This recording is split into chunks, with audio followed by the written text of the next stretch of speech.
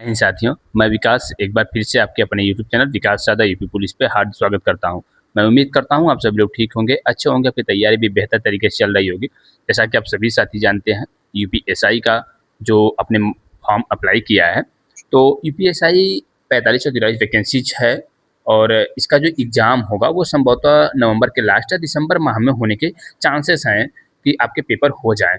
तो उसके अकॉर्डिंग अगर आप लेंगे दिसंबर को भी अगर टारगेट करते हैं, तो दिसंबर को अगर टारगेट करने का मतलब आपके पास अक्टूबर, नवंबर 2 महीने हैं और दिसंबर मतलब टोटल मिला के आपके पास 3 महीने का समय है आपको अपनी तैयारी करने के लिए, ठीक है? तो कुछ ऐसी नेगेटिविटी चीज़ें होंगी जो आपको डिस्टर्ब करने का भी प्रयास करेंगी। कुछ ऐसे लोग होंगे जो ये बोलेंगे कि तुमसे नहीं हो पाएगा, इतनी छोटी वैकेंसी है, तुमसे नहीं हो पाएगा।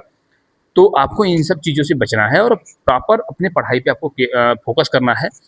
और आपको एक टारगेट करना है कि हमें आज के डेट में या इस वीक में ये चैप्टर्स कंप्लीट करने हैं, ये टॉपिक्स कंप्लीट करने हैं और उसके साथ-साथ आपको वही टॉपिक्स कंप्लीट करने हैं जो इम्पोर्टेंट है, जो आपको नहीं आते बिल्कुल। जो आते हैं वो आपको सिर्फ रिवीजन करने हैं, लेकिन जो इम्पोर्टेंट टॉपिक्स हैं उस पे आपको वर्क करना है, ठीक है? और आपसे बेहतर कोई नहीं जानता कि आपकी वीकनेस क्या है।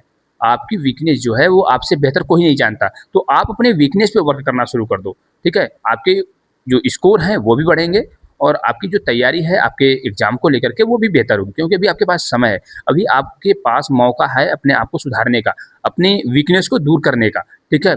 कुछ समय बाद ये ऐसा होगा कि आपके पास समय ही नहीं होगा और आप परेशान हो जाएँगे, ठीक है? तो अभी फ़िलहाल जो आपकी जो कमियाँ हैं, जहाँ आपको वीकनेस है, उस पे फ़ोकस करके उस पे वर्क करना है, ठीक है?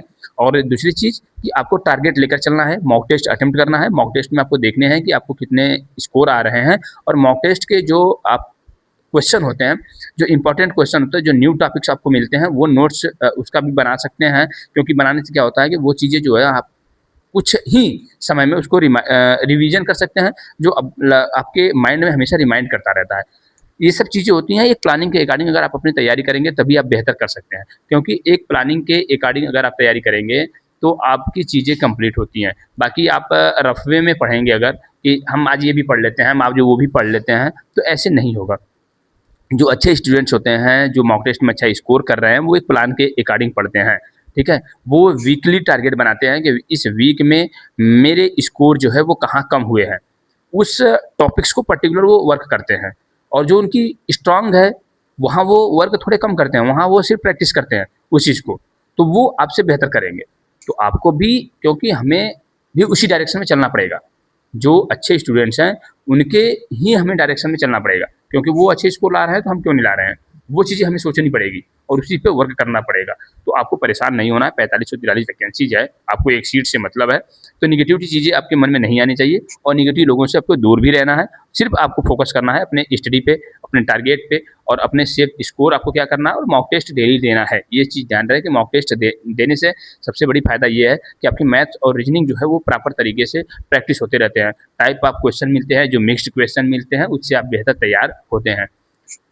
आपके कौन-कौन से ऐसे टॉपिक्स हैं जो भी तैयार नहीं है, एक बार ज़रूर कमेंट करके बताइएगा और आपकी तैयारी कैसी चल रही है। Thank you so much.